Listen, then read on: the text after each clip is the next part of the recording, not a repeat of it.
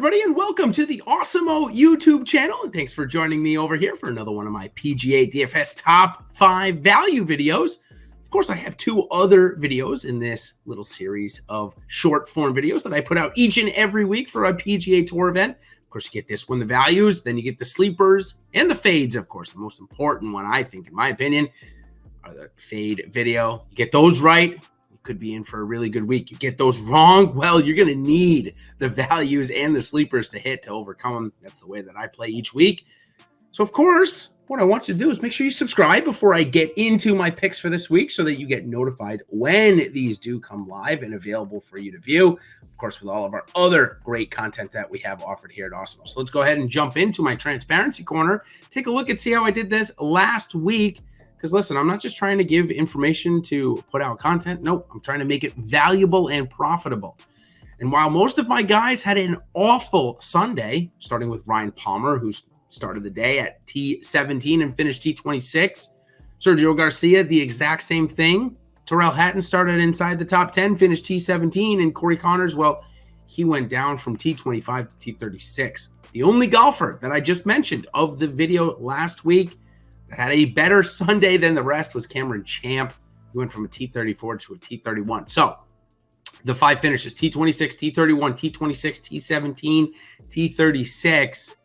Well, that's not awful, but it's not great. I certainly think it could have been better. Now, where I'll give myself a little pat on the back is during my Corey Connors tidbit, I said I liked all of the golfers in his range. I even mentioned the eventual winner, Abraham Ancer, as well as the top 5, Cameron Smith. So although they weren't in the video, they were mentioned. I'm going to say that I'm going to get a C+, however, because again, they weren't put in the video. They were just mentioned, not as a pure play. So let's go ahead and get the winner out of my 5 this week. And we're going to start off with Andrew Putnam. He's coming in at 6,800. And I think he's a little bit of an aggressive play. I'm not going to lie to you. The form hadn't been there, was basically non-existent until last week at the Barracuda, where it came out of nowhere and came in second. That's kind of what he can give you, and that's why I think he could be considered a really good value this week at 6,800. Now, he hasn't played here the last couple of years, and when we look at his strokes gain ranks, well, we know that he relies on one thing in his game, and that's his putting. He's ranked 3rd this year, checking out his strokes gain. Going at the rest, though, they are well below average. 176, 188, and 201, starting with around the green approach and off the tee. So for Putnam, he's going to need to putt well.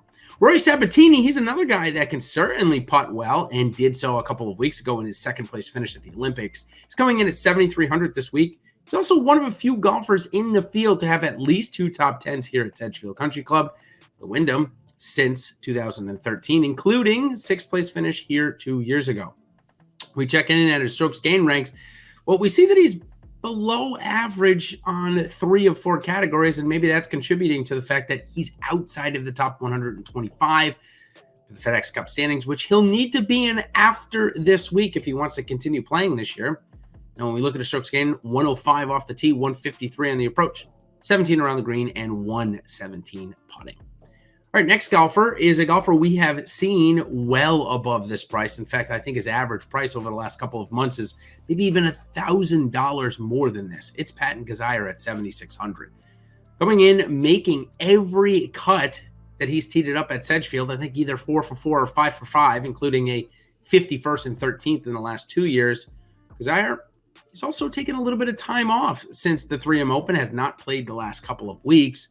But he's another guy like Andrew Putnam that the course setup seems good. They don't have to have a good driver here to play well. They need to be able to get hot with the irons, which both can do. And you need to be a good putter, which certainly both are. For Kizzire, he's ranked 28th this year. Look at his ball striking, though. It's terrible. 190th off the tee and 170 on the approach is not very good. Picks it up a little bit around the green at 109. All right, the last 2 guys I want to talk about are the same 2 guys I put here for the Olympics. I'm going to start off with Jonathan Vegas first. This guy hasn't missed a cut in quite some time and has played incredibly consistent golf.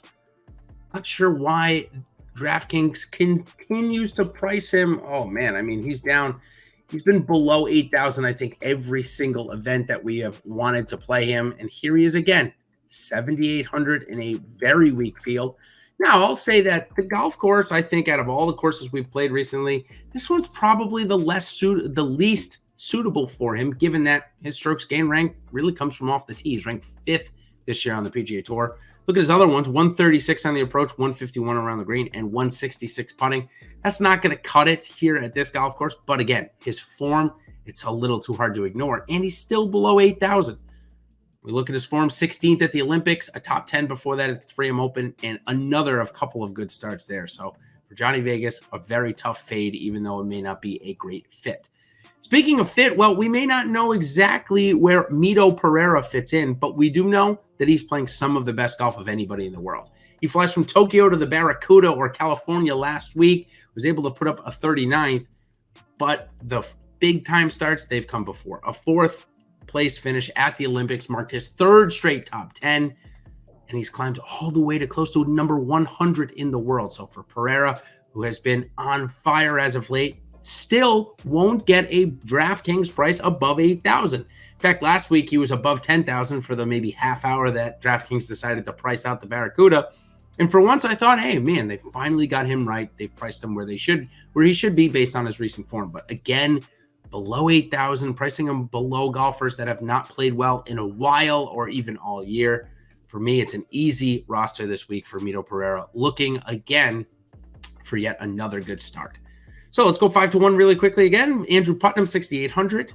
Roy Sabatini, 7,300. Patton Gazzara, 7,600. Johnny Vegas, 7,800.